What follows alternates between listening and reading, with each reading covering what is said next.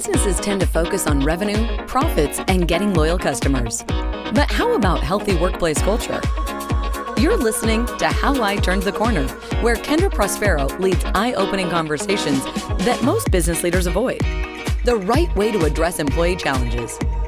Listen to real-life stories of workplace struggles, giving you valuable advice on what must be done to make every employee truly satisfied and fulfilled in their job. This is for leaders who want to create great company cultures and for employees who want to do something to put an end to suffering at work in the most practical ways possible. Here's your host, Kendra. So obviously, I am in the talent business. At least that's how my business is categorized. However, I do believe we are all in the talent business now because of the shift that employees have for their employers. Leaders can no longer afford to just go about things in the normal way. And my guest today couldn't agree more. Kevin Miller, the CEO and co-founder of Grow, a digital marketing agency based out of California who specializes in SEO services. He has built his business very fast. He opened up this business in April of 2020, a time when I do not think very many people were thinking of starting a business, but he has managed to grow it from him and his co-founder to over 100 employees. That doesn't happen easily, and that certainly doesn't happen without some pain, but it is a testament to his remarkable leadership abilities and his belief that he can create a culture where people can thrive. Kevin Miller, welcome to How I Turned the Corner. Thank you very much for having me, Kendra. I'm super excited to be here. I'm very passionate about people and culture, so there's a lot for us to talk about. Yeah. So we have kind of a similar background in that we both came from big companies. You came from Google, I came from IBM. I feel like that experience really shaped me as a leader. Tell me a little bit about your experience being a leader at Google. So when I got to Google, it was 2014. I was there from 2014 to 2016. And from the moment that I arrived, it was very clear that employees' personal and professional lives were prioritized. And so the net effect of that through a myriad of things that they did, which I can get into, was that they made me want to work hard in my role. They made me want to succeed. They made me want to help other employees. It was an environment where everyone was given mutual respect. You had the ability to disagree with another person, but all ideas were welcomed and able to be heard out.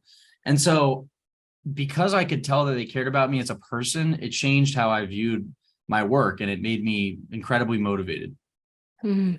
Hey, Google did a study a couple of years ago, I think came out during that period you were there even, worked with McKinsey to study what made organizations or certain parts of Google more effective than others. And their result was that the particular leader of that group cared for their employees. It's so simple, and yet so few people actually really do it. So what did it mean for them to care for you? Like, what did they do? What were some of the actions that they took that you've brought now into Grow? Well, I can explain. So I had a friend of mine, I was 23 at the time. One of my best friends from high school and growing up, he was diagnosed with cancer. And I needed to take like a month off of work, which was highly abnormal because I had only been at Google for 30 days. And they came to me and they said, no problem, we understand. You can go home, we're going to pay you for the entire time. And he passed away. So it was for his funeral and things like that. And so I was just blown away. I thought they weren't going to allow that just because, it's not their problem. And they just cared for me in a way that I thought was incredible in general, but also because of the short period of time that I was there. And so where that carries itself out in my workplace is I come from an experience of being an alcoholic, and I'm in Alcoholics Anonymous with my co-founder, John. We both met in sobriety. And so we talk about our addiction struggles with our team members. And then if they're experiencing anything like that, or they have a death in the family, or they have some sort of tragic event, it's not taboo to talk about it. They're able to just tell us, wow. Very transparently. They don't have to hide it. And then we make accommodations for them if and when those things, as life has it, those things happen, right? Good and bad things happen in life. And so we accommodate that. And because I experienced it myself, I now know what it means to give that gift to someone else. So I think at our workplace, we're able to just lead by example by saying, we understand, the different pitfalls you can fall into in life. Here's ours. Tell us about yours. And I think it makes everyone feel more included and feel comfortable in the workplace because they can actually bring their whole self to work. Right. I think that's a big theme that people need now. Like life is so crossed over into work now because of our phones and their ability to work anywhere and all the time. We have to bring our whole person into the workforce now. Yep. And especially with parents. I mean, the way that Google would treat parents was just incredibly well, starting with like extended parental leave for both the mother and father. And so we do that here as well, which is highly abnormal for a startup our size. You have to really make that conscious decision to offer that type of a benefit. And then we just got a PEO from ADP, which I'm thrilled about. Most people don't care about that stuff, but I do because it gives our employees incredible benefits, like just as good as if they were to be at a Google or a Microsoft or an IBM. And so that encourages people to stay at the company and want to build a career here. And I think it goes a long way. Mm-hmm. Yes, actually, absolutely. I think the benefits are kind of like one of those, it's like breathing. You have to have it. It's a really important part, but it's not something people really think about and sometimes even take for granted. Other things that contribute a lot to the culture. So what are other things that you're doing aside from just the great benefits that you do to kind of create this condition for people to thrive? You've got the care. You've probably got some other fun things you do. Yeah. So we have a system set up where when you come into the company, you are randomly assigned to chat with every single other member of the company throughout the course of a 12-month period. And it does take that long because we have 100 people. But I want my people speaking to each other, even if they have no relationship in their day-to-day work with each other. I want them to know who they are. I want them to get to know them as a person. So we have 15 and 30-minute meetings set up randomly throughout everyone's calendar on a weekly basis to help them get to know each other and ask questions about their personal life. 70% of our company is remote. So that is, represents all 50 states. So we have to go to that length to do that. Another thing that we'll do is we'll host events on a monthly basis that encourage people to have fun. So very recently we had a virtual comedy show, a Zoom comedy show that the entire company participated on, during work hours. And that just like brings people together, it just makes them feel like they really care. A few months ago, the United States went through the crisis with rising gas prices. And so we sent everyone gas cards to try to help, mitigate that type of thing. And it's a small amount of money. So let's say maybe $25 or $50 per person, but that goes a long way for you as an individual to realize like my employer is watching out. This has nothing to do with work. This just has to do with making my life a little bit easier. Yeah. And so I'm constantly thinking of things that are circumstantial, like the ones I just described, to help people feel valued. And to help them feel considered and help them feel important. The benefits they really are just table stakes, like you said. Everybody offers them, some are better than others, but we try to over-index on how we make people feel and making them feel valued. And that can be monetary, but also non-monetary. Honestly, a lot of it, the best way to do it is in a non-monetary fashion. So another example would be, we have a set of core values, and every week we pick a core value that we want to highlight, and we want to call out employees who personify that value. So for example, today, our core value was over communicate and educate. And that's one of the core tenets of how we work with our customers. And so I was able to get recommendations from 9 different employees who recommended other employees with a write-up as to why they personify that core value. And I was able to commend them and talked about them on our all hands meeting in front of the whole company. And so that's great. That doesn't cost $1. It's just time and thoughtfulness. And so we prepare for that, and it makes people feel great to be recognized.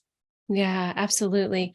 Those are all really good things. And I think too, the other element of this that you're creating is you're creating a tribe in a way. Now that word has sort of a negative connotation to it, but how it shows up for me is that people feel like they've got community inside your organization, and community is ultimately defined by people who care for each other.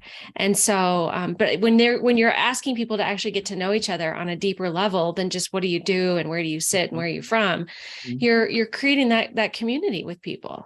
Yes. Yeah, absolutely. And creating community in today's world, like we were talking about earlier, is very hard to do when half of your staff or more is remote, because you have to look at community from a remote perspective and an in-person perspective completely differently. So there's a lot of stuff we do in our headquarter office in Los Angeles that's different than what we do for remote employees. Getting people to go to lunch together, getting people to go to coffee together. We'll pay for people to go on coffee walks together, to pay for their coffee so they can have time together. So I've just learned that ultimately this benefits the individual, but it also benefits the business if employees like each other. It just comes down to that. I want companies are a melting pot. You're hiring the best man or woman for the job. And so people come from all different socioeconomic and racial backgrounds. And what I always try to teach people is that we're fair and everyone's opinion is valued. Nobody is better than the next person. And so they can kind of see that with the way that I behave. I've always tell people that there's nothing that I would ask one of my employees to do that I wouldn't do myself, including throw the trash out in the kitchen and, stock up the refrigerator with water. I'm not above any of that stuff because I'm the CEO. And I think that goes a long way as well with employees, knowing that you consider yourself a peer. I consider that I work with my employees, not that they work for me. And I think that's a big difference. Yeah, I always actually don't like that statement, even when I say, because when I meet people and they say, "Oh, what do you do?" and I say, "Oh, I run a business," and "Oh, well, do you have staff?" and I always want to be like, well, I mean, I pay their paycheck. Yeah. Yeah. It's like I write the check, but that's it. I mean, Yeah. we're such a team, and it's such a symbiotic relationship where we each gain from each other. And so yeah, it's really hard for me to say that someone works for me. One of the guys that is on my team, he teases me because he knows it gets my goat. He'll call me boss lady, and I'm like, do not call me boss lady. Yeah, I don't like that either. Yeah, I don't like that either. And he Yeah. knows that. So then, this wasn't probably very easy growing that fast. I'm sure you had some mistakes along the way. Do you mind sharing some of the things you learned? I mean, it's been such a short period of time that you've been in business, but I'd love to get an idea of like, what were some quick learnings that you had in the early days? Well, yeah, I mean, we've learned so much on the hiring front, so it's a great question. My business partner and I now, first of all, we interview every single person that comes into the company. So that's number one. I'd highly recommend that to any other CEO or founder.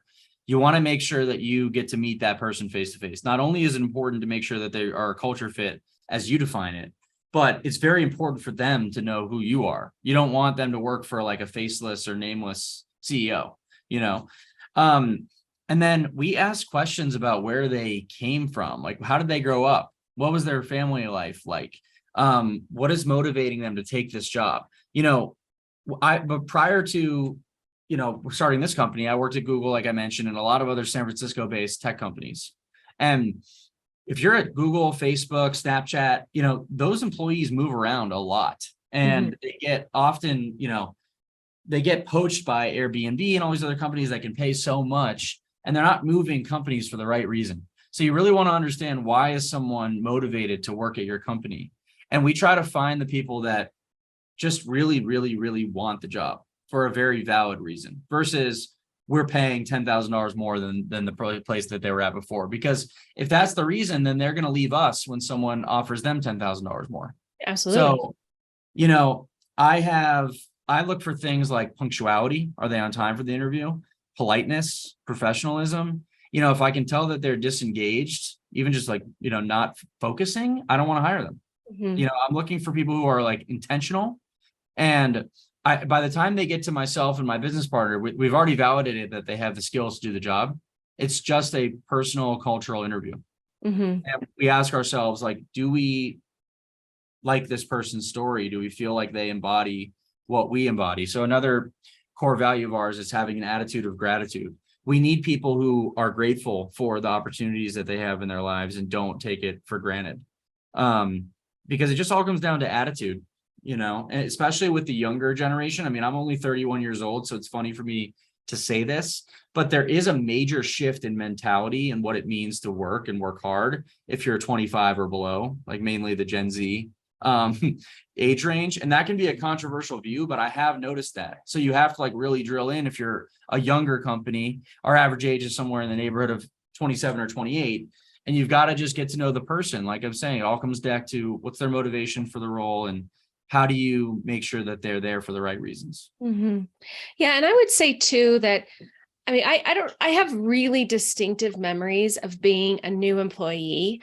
I remember so much about that time. And I remember being such a dork. I mean, I was the gal that sent an email to like our general manager and suggested some things they should do for strategy. Yeah, I mean, I was great. 23, right? Like so stupid, but I was well intended. And I mean, I hear those stories now of our incoming generation, and I think it is just youth. I believe we just have to teach people how to have a job, and that because I mean, I would definitely say I don't think I worked that hard when I was 23. I just didn't have enough context for why, and so because I have a couple Zoomers, as they're now known, on my team, and I mean they're amazing, and we're kind of coaching them along the way too on like what it means to have a job and how you show up, and so that's interesting. You also mentioned something else that I want to come back to around creating this culture where you have the remote as well as in person. Can we go back to that for just a second? Because I'm kind of curious, what are you doing for your remote employees to help them feel connected? I mean, you've got these interviews you've set up. What other things are you doing? We do a lot of other virtual events. So the comedy show was just one idea. Okay. But we do other events like cooking classes, mixology classes, things like that. So that they can do that on an interactive basis. And so I just try to think of things that are non-work related that can get them in the same room. And then what I do try to do is if we ever have a company offsite or an event, if I'm in an area where I know we have some employees, I make sure that we all meet up. So even if it's not at our office, we'll make arrangements for them to come join us if they're in the area. Then what we'll also do is we'll pay for example, we have a group of 7 or 8 employees in Lynchburg, Virginia, not for any particular reason. They just all happen to live there. And because good people refer good people, and there's a group of them that are fantastic that just have referred each other and their friends. So we'll pay for them to go out to dinner as a group. Okay. And so I'm very in tune with where people live and who else, what groups of people live where. And then we have a team member on our HR team that's in charge of inclusion and culture and making sure that we are connecting all the individuals we can.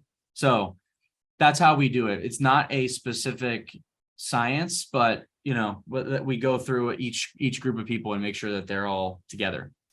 Well, what I hear too, Kevin, that's unique about you is you are thinking about your people a lot. Mm-hmm. I mean, I know my brain thinks about my, cash and where to spend it, how to find it, all that. And then my products and services, are they competitive? Are they, doing the right thing for the market? And then my third of my time is then spent on my people. Yeah. So it's my people, the products, and cash. I mean, that's where my brain is always at when it comes to the business. And I don't meet very many leaders who think like that. And so I appreciate, I've heard you say this a couple of times, like you're thinking about what you can do a lot. It's on your mind a lot. Yeah. Well, look, in my business specifically, the reason that a lot of businesses have grown and done what they've done without having great culture is because they may be heavily reliant on their technology. So for example, like, Airbnb or Uber or Lyft, they can have big layoffs or they can have big changes. And I guess Twitter is a better example. Twitter is going to run regardless. Same with Instagram. And so the owners of those businesses don't have to be as in tune because the end user doesn't notice a lapse in the tool when they're using it if the internal culture is not great. But when it comes to a digital marketing agency, our people are our product. We're effectively selling their time and their strategy. So if they're not happy, they're not going to go the extra mile for their client. They're not going to deliver for their client. So you really, quite frankly, cannot survive if you're a people or services-based company if you don't have a culture like this. Even in the case of Uber and Lyft, that's why I hesitate when I say them. Their drivers have to be happy. What happens when their drivers are not happy because they're not being paid? They go on strike.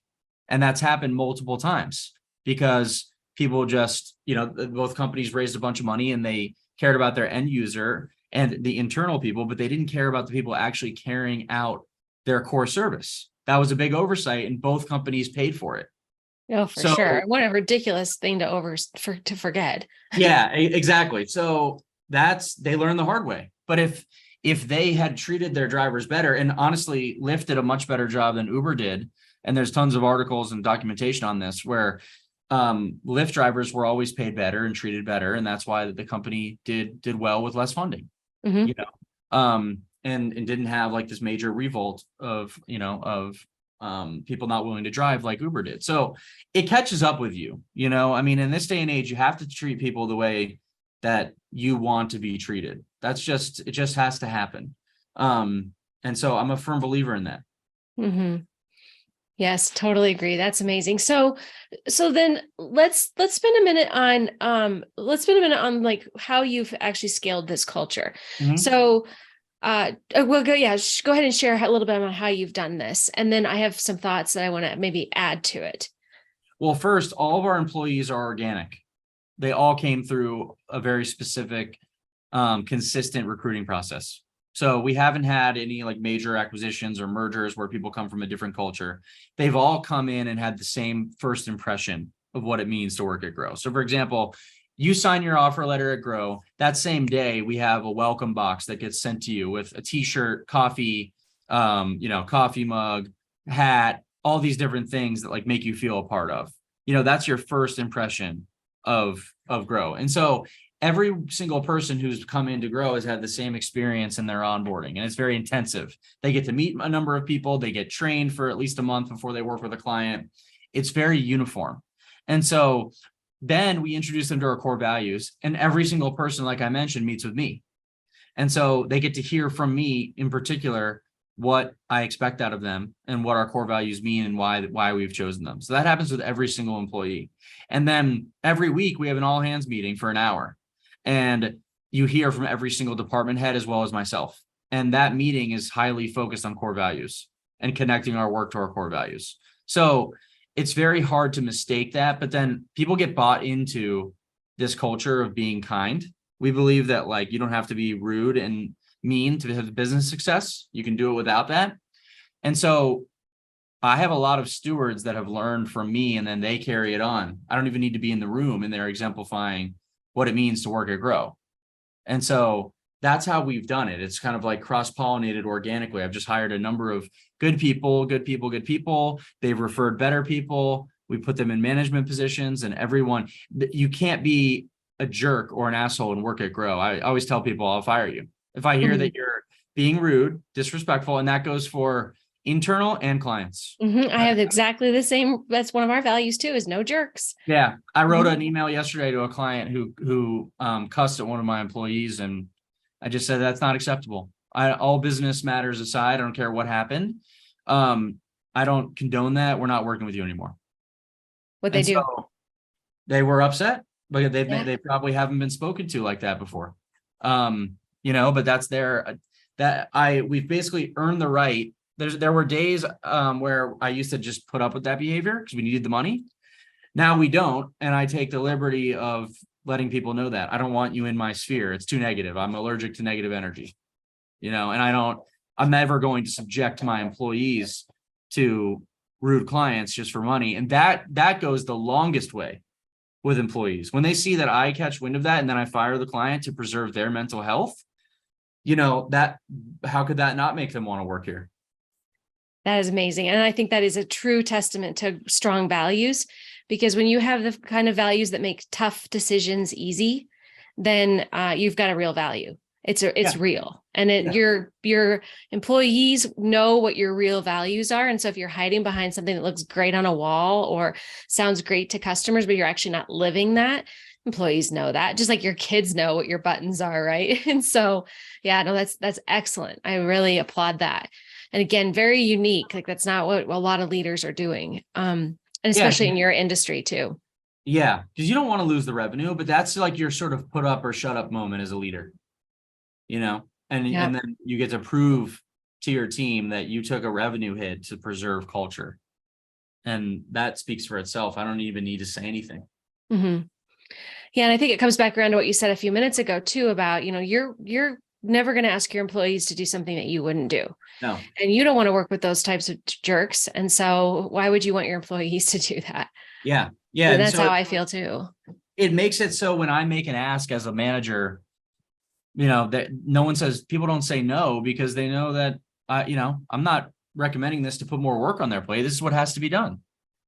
And I would do it if I had the time myself, so it's not like everybody knows we're on an equal playing field.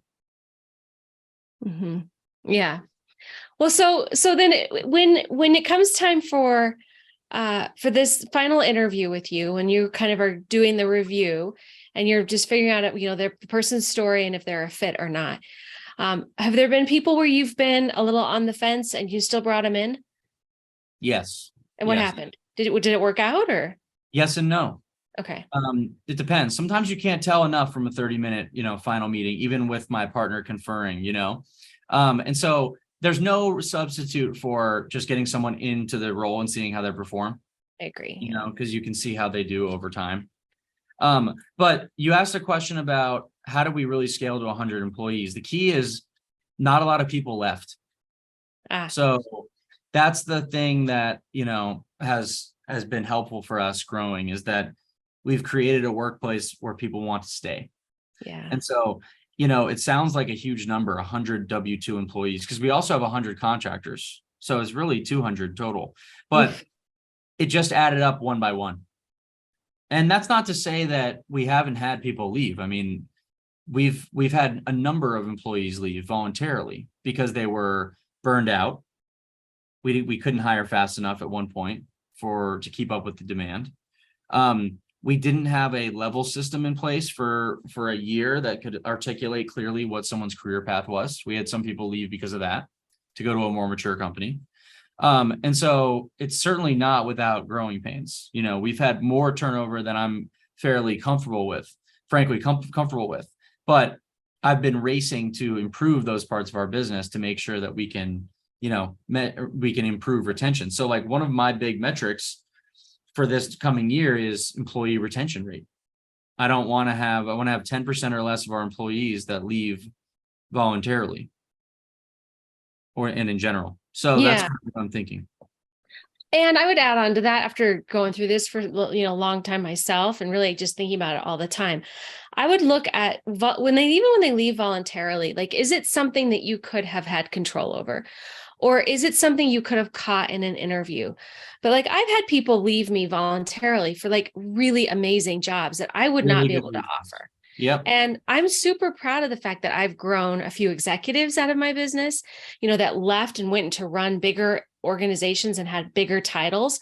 Like, that's awesome for them. And we weren't in a spot to do that for them. So I don't really worry so much about that kind of turnover, but it's the turnover where people are like, it wasn't me, it was you. I mean, it wasn't you, it was me, whatever, right? Some version of that. And you're like, oh, okay, what could I have done different?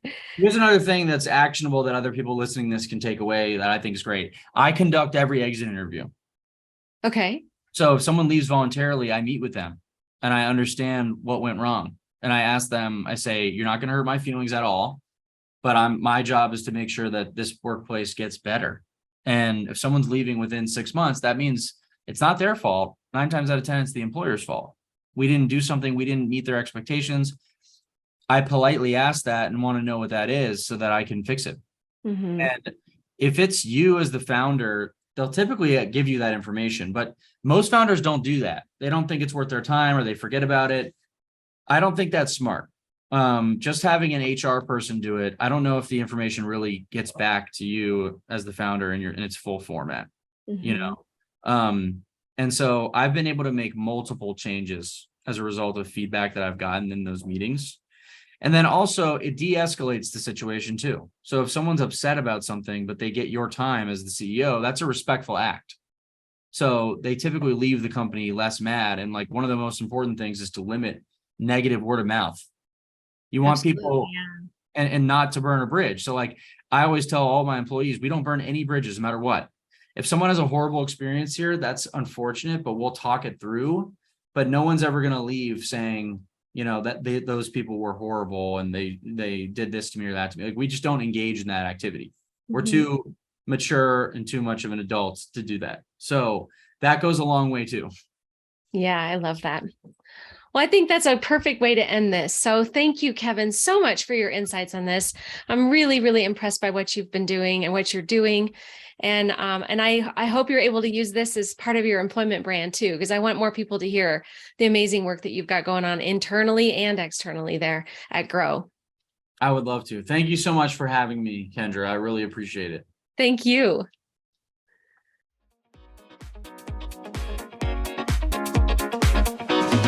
Thank you for joining this exciting episode.